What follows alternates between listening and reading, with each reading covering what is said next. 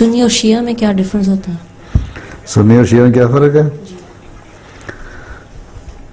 शिया जो हैं वो ये सारी कहानियाँ भी सुनी है ना इमाम हुसैन का किस्से की, वो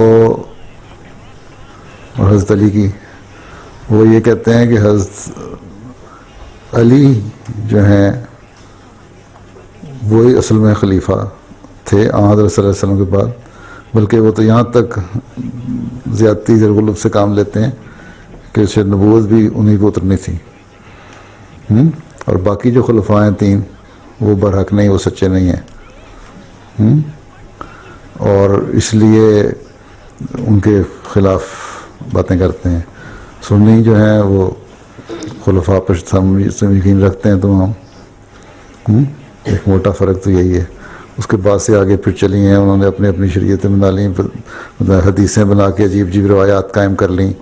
यही लोग थे जो हज़रत इमाम हुसैन से ज़्यादती करने वाले थे हैं, और वही लोग फिर बाद में पीटने लग गए और उनकी ज़रूरत से ज़्यादा बढ़ा चढ़ा के उनके मुकाम को और पता नहीं क्या कुछ कहने लगे।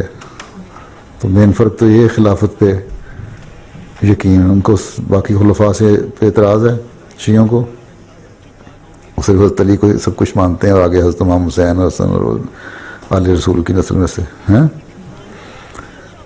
और सुन्नी जो है वो असल जो सुन्नत है उसके ऊपर अमल करने वाले हैं वसल्लम की।